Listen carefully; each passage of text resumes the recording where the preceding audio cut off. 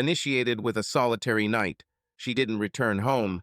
I remained, seemingly intelligent, endlessly swiping through my phone, watching the hands of the clock inch past midnight, 1 a.m., 2 a.m., no messages, no calls, only an oppressive quiet. Katie had attended a gathering, one of those nights intended for relieving stress acceptable enough, I thought.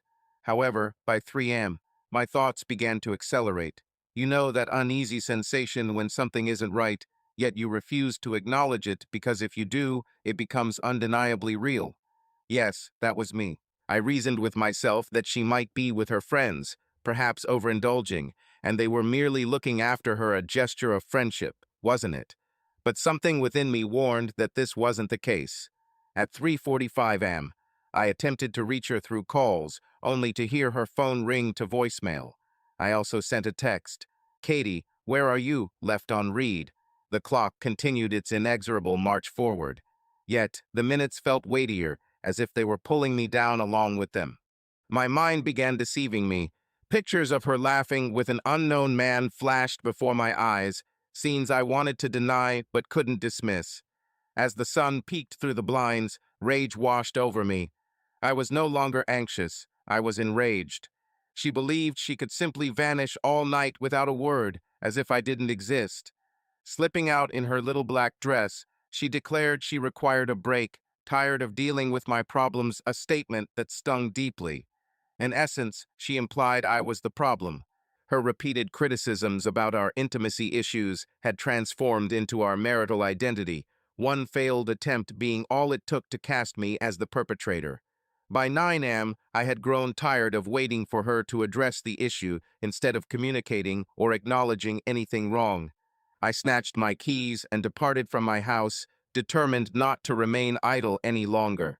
I had a friend named Dave residing nearby, where I believed the party was occurring. On impulse, I phoned him. He sounded groggy but awake. "Hey, buddy, have you seen Katie tonight? She hasn't returned home." There was a prolonged silence, and I could sense his thoughts grinding in his mind. "No," he replied, "I haven't. I thought you two were together." That statement made me realize that there was no more deceit, no more excuses. Something was amiss, and I was about to uncover the truth by noon. I examined her location on our shared app. She had forgotten to deactivate it, revealing she wasn't with friends, not at any after party. Instead, she was in a random apartment complex on the opposite side of town, far from where she should have been. My hands trembled as I parked outside the building. I didn't even possess a plan. Initially uncertain about charging up to confront her and unveil the truth, the simmering rage propelled me forward. I felt mechanically driven, and the raw urge for facts compelled me to keep going. When I spotted her exit around 12:30, all my resolve crumbled. She was wearing a black dress, her hair disheveled, makeup smeared, giving off an air of guilt or satisfaction from a night well spent. She wasn't alone. A tall, clean-cut man followed her, reeking of arrogance. They seemed oblivious to my presence, parked across the street. Katie flashed him that familiar smile she once reserved for me, and he kissed her publicly in broad daylight. My body froze as a tightness gripped my chest. A part of me yearned to charge over and tear this man apart, scream at her until my throat bled. However, I remained motionless, holding onto the steering wheel so tightly that my knuckles turned white. I witnessed her entering his vehicle and departing without a word, leaving me dazed and bewildered as I returned home. My mind whirled with queries, emotions like anger, humiliation assaulting me all at once. The duration of this secret affair, had she believed I would remain oblivious to it? Was this her strategy to resolve our issues upon my return? I refrained from texting or calling, instead choosing to ghost her and let her ponder my whereabouts for a change. By the time evening arrived, my phone started buzzing with texts from Katie. Inquiries regarding my location and well-being flooded in. Apologies followed, expressing remorse over not returning home the previous night and a plea to converse. I chose not to respond, instead sitting there, staring at her messages, burdened by every falsehood she had told me, every partial truth that made me feel broken, while she assumed the role of the wronged party. By the following morning, she appeared at the house in tears, knocking frantically on the door, imploring me to listen to her explanation. At that moment, I chose not to let this pass without a fight. Katie was standing at the door, her mascara smeared as if from prolonged weeping. She knocked again, her voice quivering as she called my name, Ethan. Please, just open the door. I can explain. Was there anything left to explain? I wasn't prepared to confront her yet, but I was tired of hiding behind walls. So I opened the door slightly at first, just enough to see her standing there in the same black dress she had worn when she stormed out of that man's apartment. Seeing her like that, disheveled and pitiful, didn't stir up pity within me. Instead, it made me angry. I demanded an explanation, my voice icy, as I moved aside to let her in. She flinched at the tone, but pressed on past me, wiping her eyes. She stood in the living room, nervously wringing her hands, much like a timid schoolgirl. However, there was no trace of compassion left within me, not after what I witnessed, not following that kiss Ethan's. She began to speak, her voice quivering, and I almost chuckled at the cliché tone she employed. I closed the door behind her and pressed against it, crossing my arms, waiting for her to deliver whatever excuse she believed would mend this situation. It's not what you think, I repeated, keeping my voice low. I'm almost certain I saw you leave Ethan's apartment this morning. I'm pretty positive I watched him kiss you just before you got in his car. Her mouth opened, but words failed her initially, her eyes widening in shock at my knowledge of the situation. Clearly, she hadn't anticipated me discovering Ethan's role. I was drunk, she finally managed to say. My judgment wasn't clear. It just happened. I didn't intend for it to escalate as it did. I scoffed in disbelief. Drunk, not thinking straight. Just happening. She tried to explain. That was your explanation. You hadn't intended for things to escalate. I retorted, my voice rising. What exactly didn't you mean by you, Katie? The part where you deceived me and claimed you were out with friends, or the part where you slept? With someone else? But you didn't sleep with him, she blurred out, a little too quickly, the lie coming so swiftly it was almost impressive. I chuckled, my laughter bitter and short, really, because I don't believe you, not a single word of it. Katie began to pace, running her fingers through her hair, seeming as if she were searching for the right angle, the perfect twist to persuade me it was a mistake. She muttered, her voice breaking, I was just so frustrated with everything with us. You don't even see how hard this has been for me, and there it was. It was my fault. She turned it around, making it about how she was struggling. I could feel the pulse in my temples as I stared at her, trying to comprehend how she had the audacity to make this about her. It was my fault, as I maintained a composed voice, since I couldn't resolve our issues swiftly because of certain problems in our intimate life. Katie paused briefly, and I thought she might acknowledge it, but instead she sighed, playing the victim flawlessly. She claimed, whispering, "You don't understand. I've been trying, Ethan. I've been struggling to stay composed. But you've been so aloof, and it's not just that. For months, you've been pushing me away."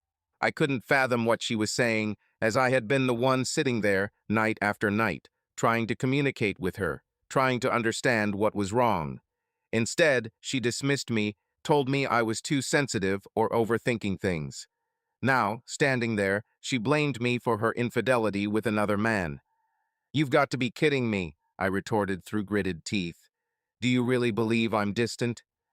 You've been secretive, deceitful, and now you expect me to believe it's because of something I did." She remained silent, looking troubled as if she might break apart. Almost felt sympathetic towards her again, nearly believed it, but then remembered that kiss, the way she smiled at him as if I didn't exist. "How long, Katie?" I asked softly, the question slipping out before I could halt it. "How long has this been happening?" Her face paled, she didn't deny it, and that silence spoke volumes. That was all I needed. She had no explanation, no way to make this vanish. "Ethan," she stammered, but I interrupted, "You're finished." I said, advancing towards her, "You're finished lying. You're finished manipulating the situation to portray yourself as a victim. I demand the truth. How long, Katie?" She looked at the floor, her hands trembling. "A few months," she murmured almost inaudibly. "A few months back, My stomach plunged as I walked into the house. For several months, I had been feigning normalcy while she was with another. My fists clenched, but I held my composure. Losing control then wouldn't help. I needed to keep a clear mind and leave. I spoke coldly, "Ethan, please." She tried to respond, but I cut her off. "Leave," I commanded, pointing at the door. "Go be with him if that's what you want. But don't stand here pretending this is my fault." With a brief crumple of her face, I thought Katie might argue or struggle to escape the situation.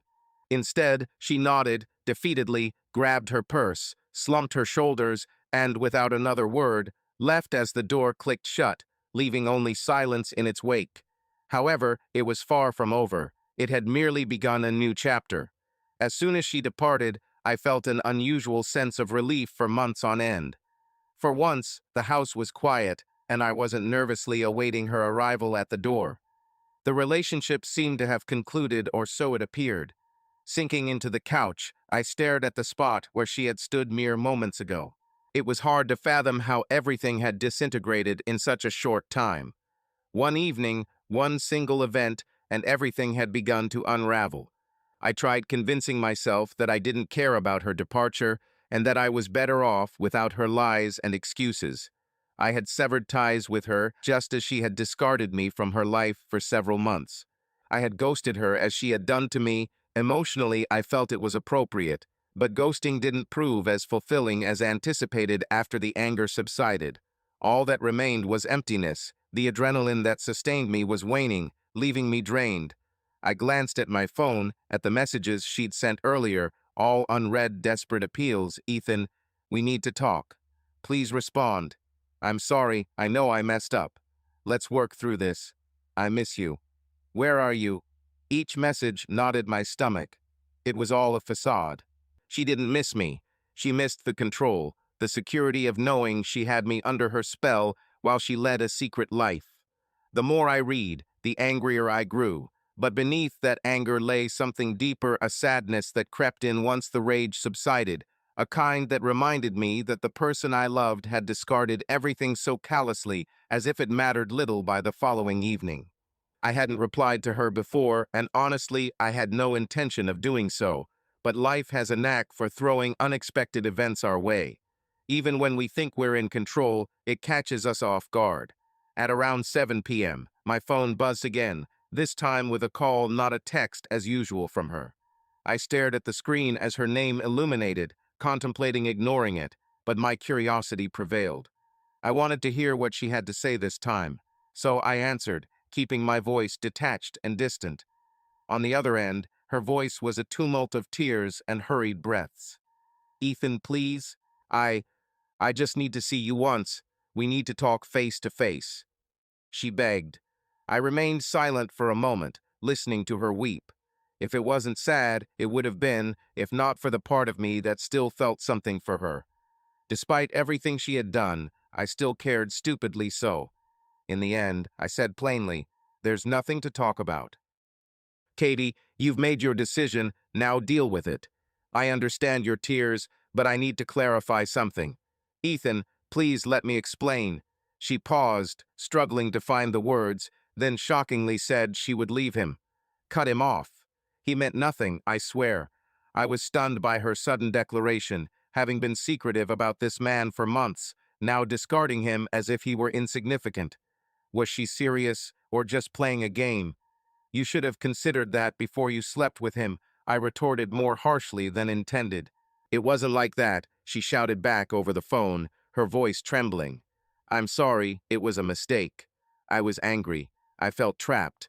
"You don't know how difficult it has been for me, how lonely I have been." Her words echoed familiar sentiments. She wasn't to blame, never had been, always someone else, always me. In her mind, she was the victim, and I was the villain.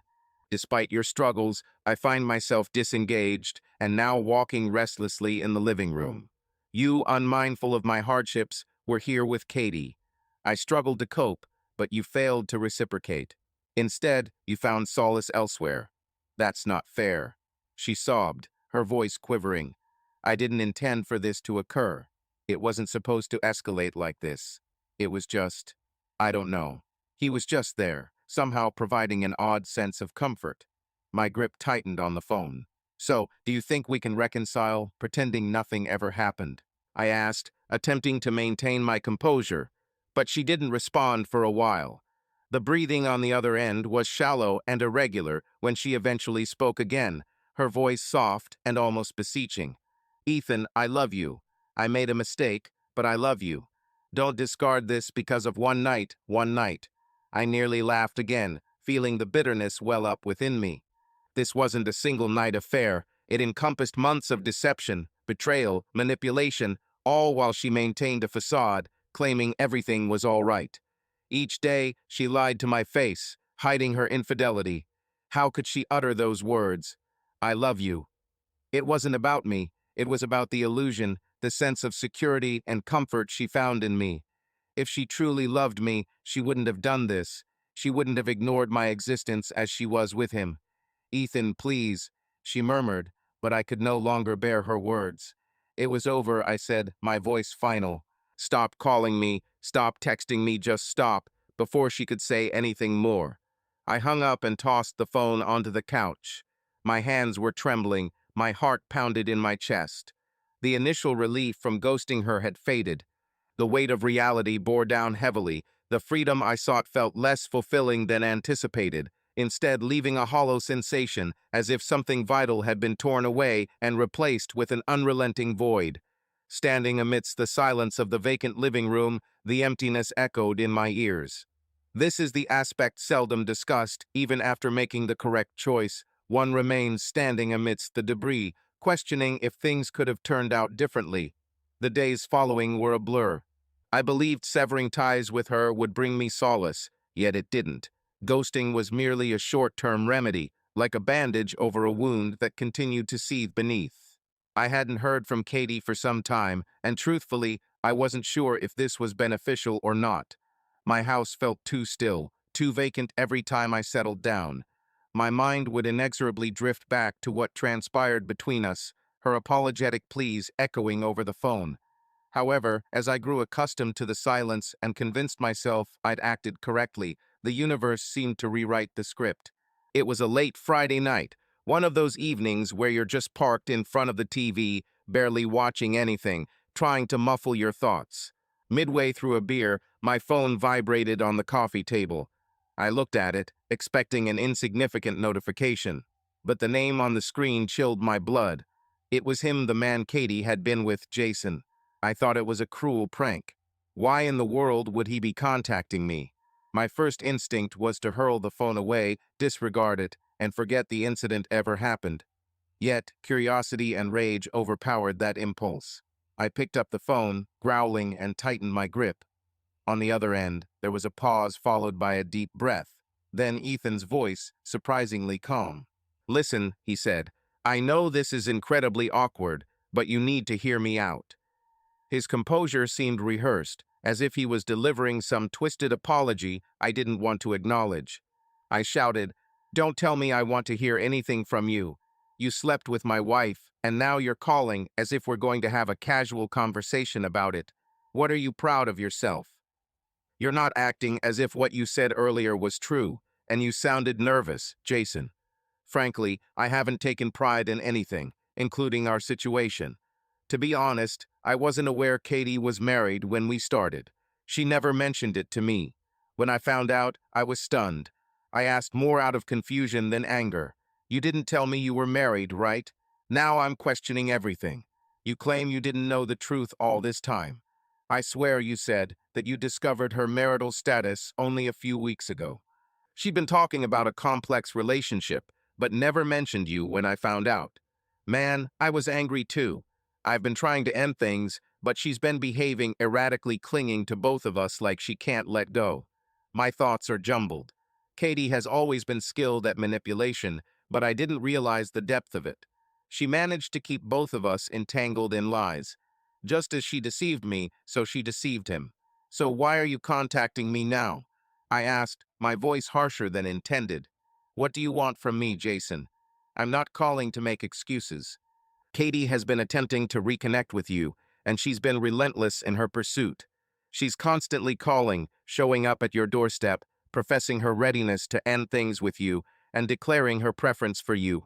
However, I don't wish to be entangled in this chaos anymore. I'm finished. I don't want to deal with her mess. As I stood there, my mind whirled. This situation was too complex, too bizarre. Despite all the tears and pleas for forgiveness she directed at me, Katie is still pursuing you. Are you aware of this? Yes, Jason confirmed, his voice tinged with bitterness. I thought it was important for you to be informed, man. I apologize for everything, sincerely, but Katie is manipulating both sides, and I don't believe she'll stop. You should sever ties with her completely. The word toxic struck me forcefully, as much as I hated to acknowledge it.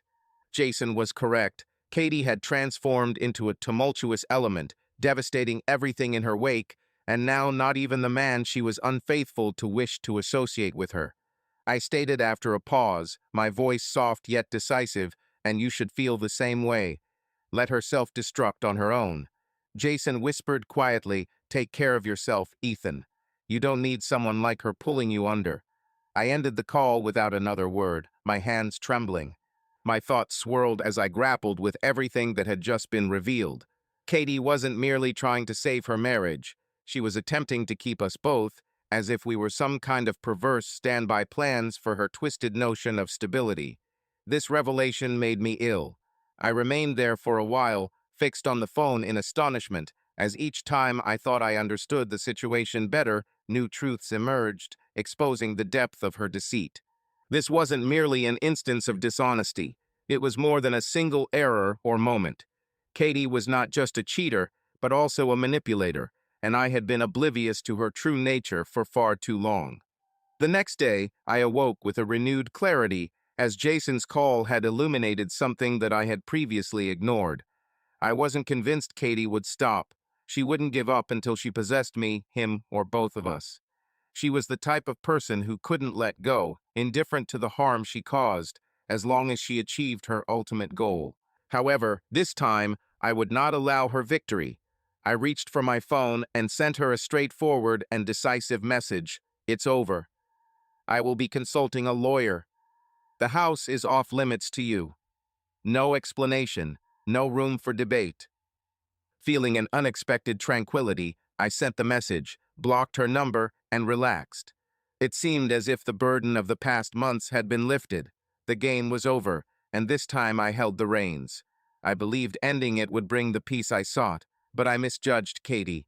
She wasn't one to accept no after sending the message. There was a moment of stillness, a calm in the eye of the storm, the first in weeks. Thinking the worst was over, I was mistaken. The next day, returning home from work, I found my house unusually quiet, as expected. However, upon opening the door, I heard her voice, Katie's voice, cutting through the silence like a blade, causing my heart to sink. She was there, inside, sitting on the couch, as if nothing had altered, as if she still belonged. Katie hadn't knocked. Instead, she had used the spare key and walked in. I had failed to retrieve it. Her eyes were wide and rimmed red, on the verge of tears. Seeing her sitting there pretending to cry made my blood boil. "What are you doing here, Katie?" I asked, struggling to maintain composure. She swiftly approached me as if to hug me. "Ethan, please," she sobbed, reaching for my arm.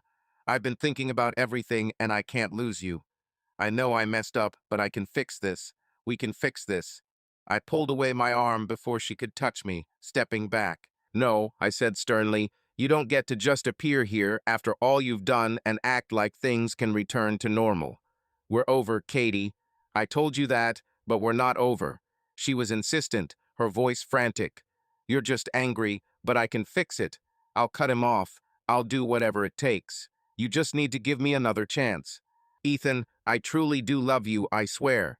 Yet, I found myself struggling to believe it as I gazed at her. How was she still trying to persuade me of her affection when I knew so much? This wasn't a game. This was reality. "You don't love me," I said coldly. "You crave control.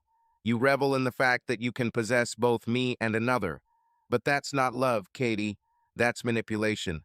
She shook her head vehemently, tears streaming down her face now. "No, it wasn't like that," she pleaded. "I made a mistake. It's you I want. It's always been you," she wanted to shout at me.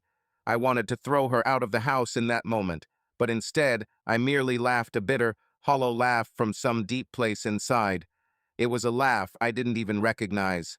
Always been me, I echoed, shaking my head. You've been sleeping with another man for months, Katie. You've lied to me every single day. You don't get to say it's always been me. It didn't mean anything, she cried out, her voice desperate. He didn't mean anything to me. Initially, I was perplexed and unsure about my actions, but now I am clear and prepared to set things right. Ethan, please don't discard this. It matters too much.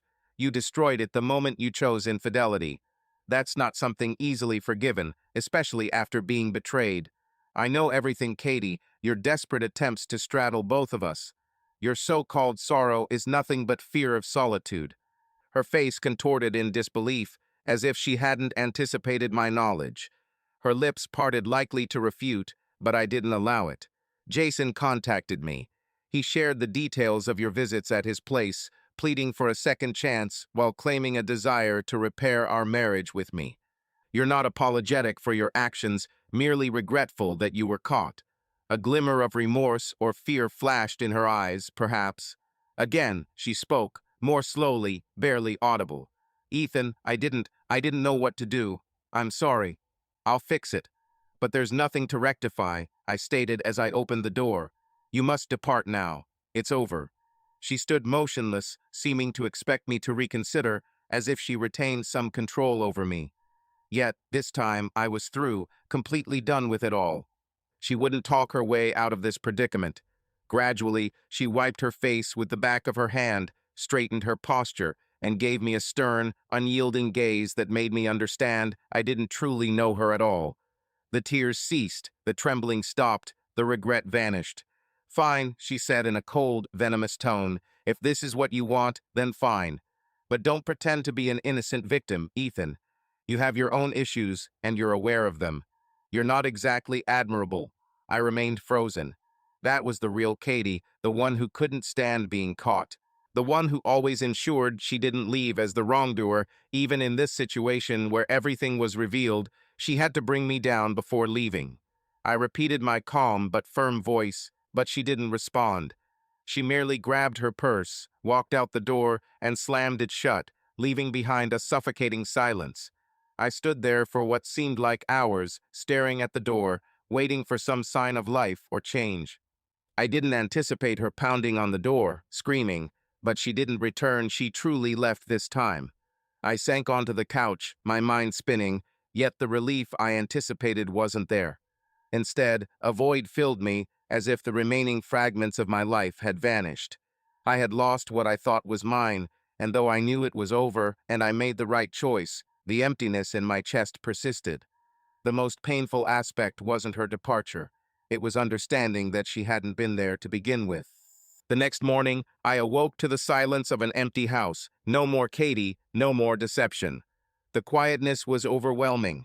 As I sat up in bed, gazing at where she used to sleep, I felt the lingering pain, a kind that penetrates deeply and raises questions about everything. However, as I remained there, I recognized that my sadness was tainted with something else, relief, for she was truly gone this time, no more games. By the time I descended stairs, a message awaited on the table, her familiar handwriting. I had overlooked the spare key she kept. Evidently, she'd slipped in unnoticed and abandoned it behind. The note was succinct, sharp, and seething with venom. "You'll rue this day," it read. "You could have salvaged us, but you lacked the courage to attempt it. Don't delude yourself into thinking you'll find someone better than me. You never deserved me." Nevertheless, reading it almost caused me to chuckle. It was as if she was destined to conclude that way. She was subtly trying to make me believe I was at fault, as if her leaving was a kindness bestowed upon me. However, her message failed to hurt as intended. Instead, it merely confirmed what I had already understood: Katie lacks the ability to admit mistakes, and that note represented her final attempt to shake my self-belief. I discarded the note, threw it in the bin, then brewed some coffee. The day lay ahead, a clean slate, and I was unsure of how to fill it. I made an effort to concentrate on minor details. I tidied the kitchen, did laundry to distract myself from the remnants of the past few turbulent weeks. Yet my thoughts constantly wandered back to her, to the quarrels, deceit, and then to Jason's call. The oddness of that entire situation lingered. At least he admitted his wrongdoings, something Katie would never have done. It left me pondering. Was he as unaware of her infidelity as I was? Was he merely another piece in her chaotic puzzle by midday? Overwhelmed by the reminders of us within our home, I needed escape. I snatched my keys and ventured out for a drive with no particular destination. I yearned for solitude to free my mind from its burden. The streets teemed with activity, yet inside my vehicle, only silence and my thoughts filled the space. For the first time, I acknowledged the heaviness of the situation, the deception, the lies, the resentment, the agony. All at once, the anguish surged within me like a mighty wave, leaving no room for resistance. I parked haphazardly in a public park and watched as people lived their lives, couples hand in hand, children playing, dogs being walked. Ordinary scenes of existence, once familiar, now seemed alien, belonging to another. It wasn't her departure that saddened me, but the loss of the life we shared.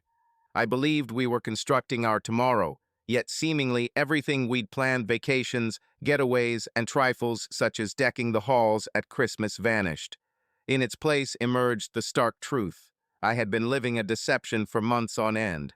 It wasn't solely Katie's deceit that caused the pain. Rather, it was the revelation that the person I believed I understood was an illusion. She had been enacting a role, disguising herself as someone else, and I fell for it entirely. I confided in her, gave her everything, and she destroyed it without hesitation. Yet, as I watched the world carry on, I recognized something else. This wasn't an ending. Life was continuing.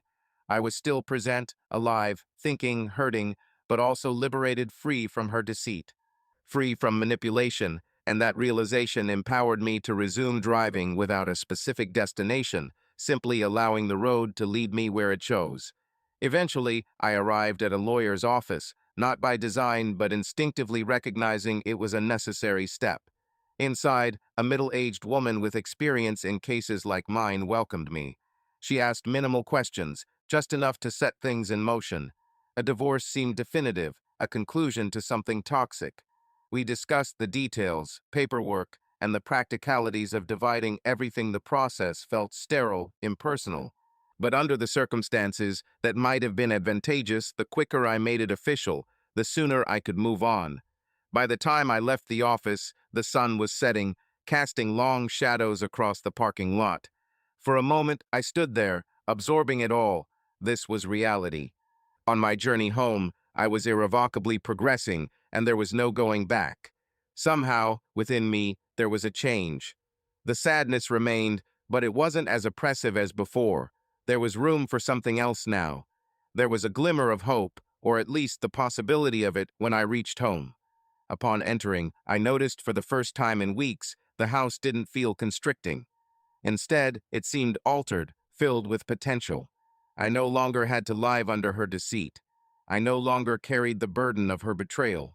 In my domain, I settled on the couch, letting the burden of the day slide from my shoulders. It wasn't going to be simple. None of this ever is, but for the first time, I was certain I would survive.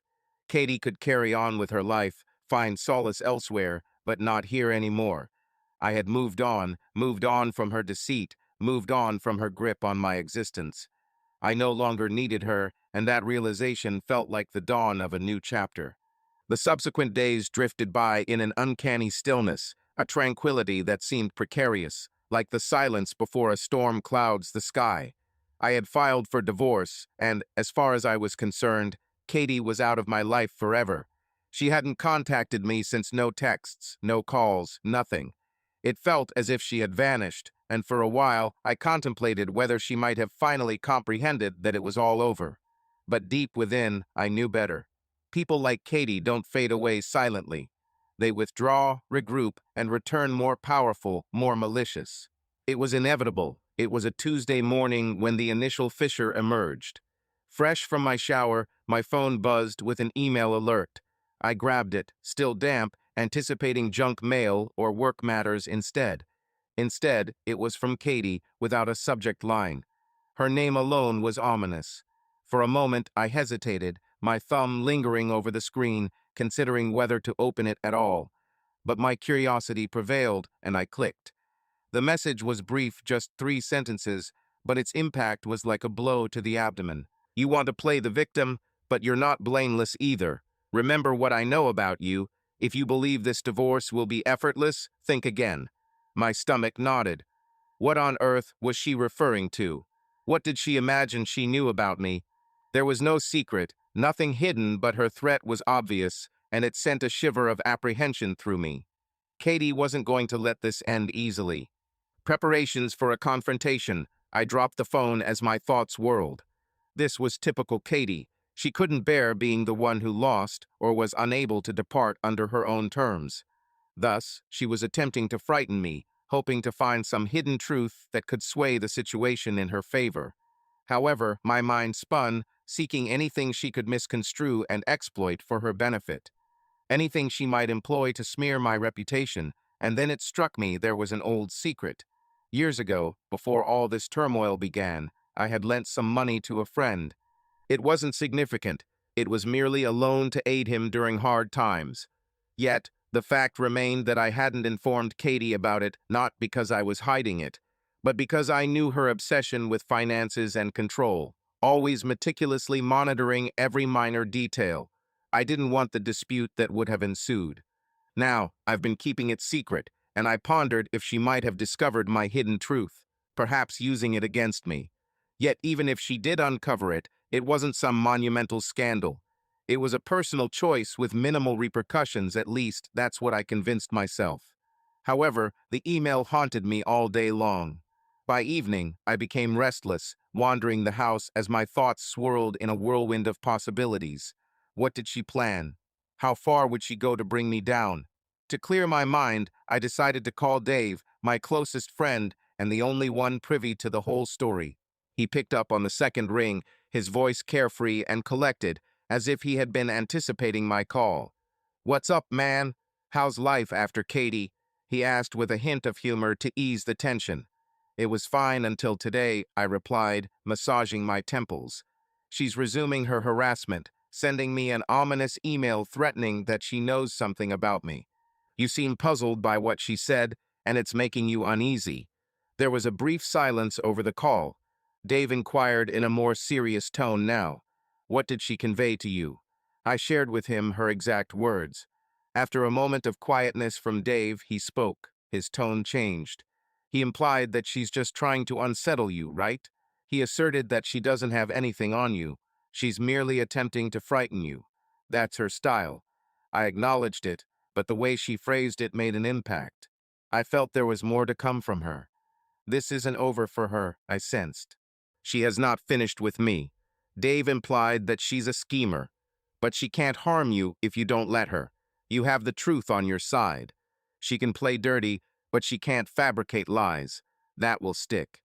Though a part of me hesitated, I agreed with you. We continued talking, mostly about trivial matters like work and sports.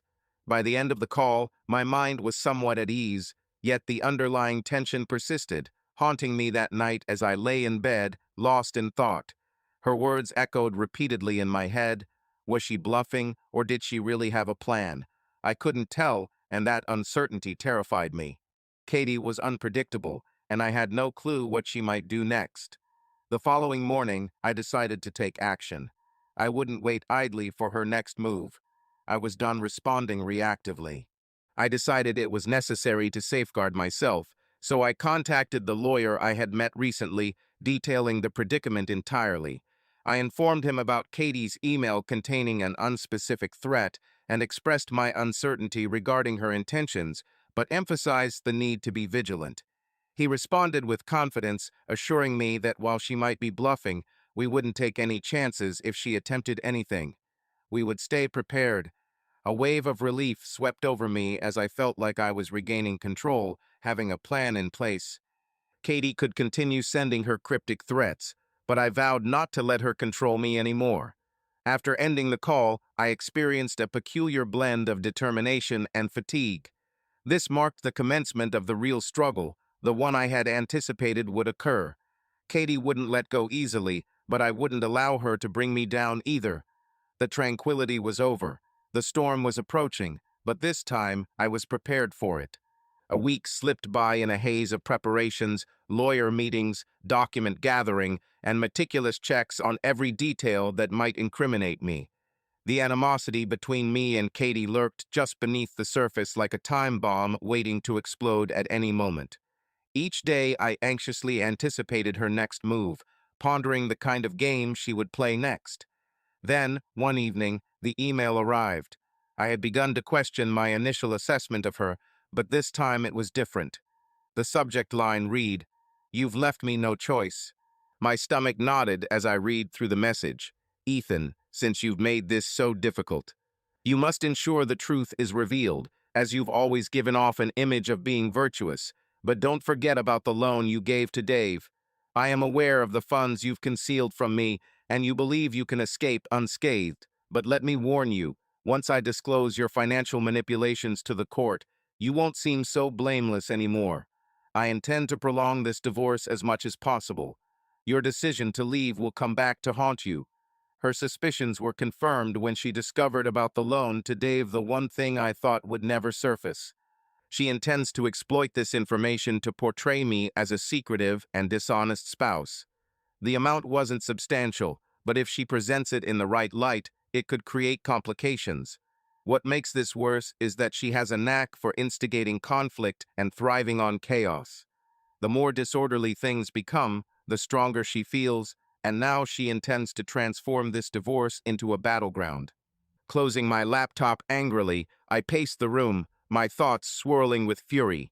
The walls seemed to be closing in, trapping me in a game I didn't wish to play. I needed help. I wasn't sure how far she was willing to go, but her recent actions made it clear she wasn't bluffing anymore. She intended to cause pain. I grabbed my phone and dialed Dave, scarcely waiting for him to answer. "Dave, we have a problem," I said as soon as he picked up. "What's going on?" he asked, sounding puzzled. "Katie knows about the loan," I replied, running my hand through my hair. "She's threatening to use it in court, making it appear that I was concealing money from her." There was a pause, followed by Dave letting out a heavy sigh. "Damn, man," he said, "I didn't think she'd go that low, but I should have known." "Indeed, she can't use that against you. The loan wasn't hidden. It was a personal loan between friends. It wasn't like you were hiding it somewhere secret. But you know how she is. You claimed your voice was tight. She intends to manipulate it to make it appear as though you were dishonest. As time passes, it will only worsen. That's why Dave asserted emphatically that you need to put an end to this situation promptly, Ethan. She's attempting to unsettle you, to make you falter, but if you maintain your composure, she'll exhaust herself." He was correct. Katie is counting on you panicking, spiraling into fear and self-doubt, but I wasn't going to give her the satisfaction. Taking a deep breath to steady myself, I had to remain calm, focused. The following morning, I met with my lawyer again, revealing all the details: the loan, the emails, the threats. He remained composed, almost detached, as if he had encountered similar situations countless times before. "She's trying to intimidate you," he said, reclining in his chair. "However, we can manage this situation. The loan isn't a secret. It isn't even marital property. It won't hold up in court." I subtly nodded, experiencing a hint of relief, yet still sensing the persistent tension. What if she continues to pressure me? What if this ordeal drags on for months, attempting to wear me down? Inquiring from my attorney, I offered a slight, reassuring smile. "We're already in divorce proceedings and firmly positioned, so the longer she plays these games, the worse her appearance will be before a judge, keeping everything above board. Maintain professionalism. If she seeks a confrontation, let her take it." However, Katie refused to back down without a final blow, and a few days later, I found an envelope in my front door. Not from the court, nothing official, it was from Katie. I unveiled it, a chill of familiar apprehension tracing my backbone. Contained within was a solitary sheet of paper adorned with several photos pasted onto it. The images depicted myself and Dave enjoying drinks together. One photo showed us laughing, while another suggested we were engaged in a serious discussion. At first, I couldn't fathom why she would send me these, but upon reading the scrawled message on the back, the pieces fell into place. Drinking your troubles away while we're still married. This won't bode well in court, will it?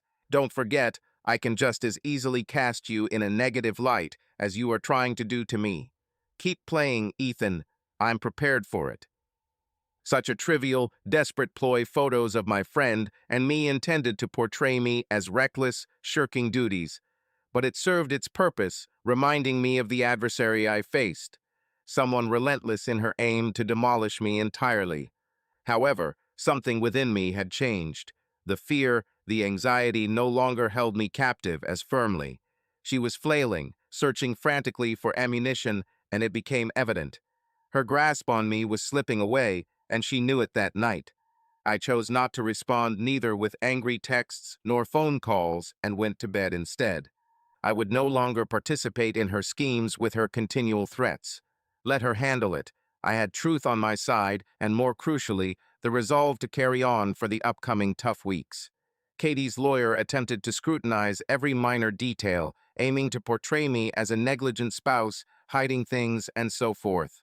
However, my legal representative was well prepared, dismissing each accusation and countering false evidence presented. The court date arrived sooner than anticipated, and Katie appeared cold and calculating, yet there was an undercurrent of desperation in her eyes. She knew she had lost. The judge saw through her tricks, ruling in my favor. The divorce was swiftly and cleanly settled as promised by my lawyer upon leaving the courthouse. I finally felt the burden lift. Katie was no longer part of my existence, her influence unable to reach me. Driving home with the sun dipping below the horizon, I experienced tranquility for the first time in months. The turbulence had subsided, and I remained steadfast, stronger than ever. My life had been reclaimed, Katie merely a tale. The chapter was now closed.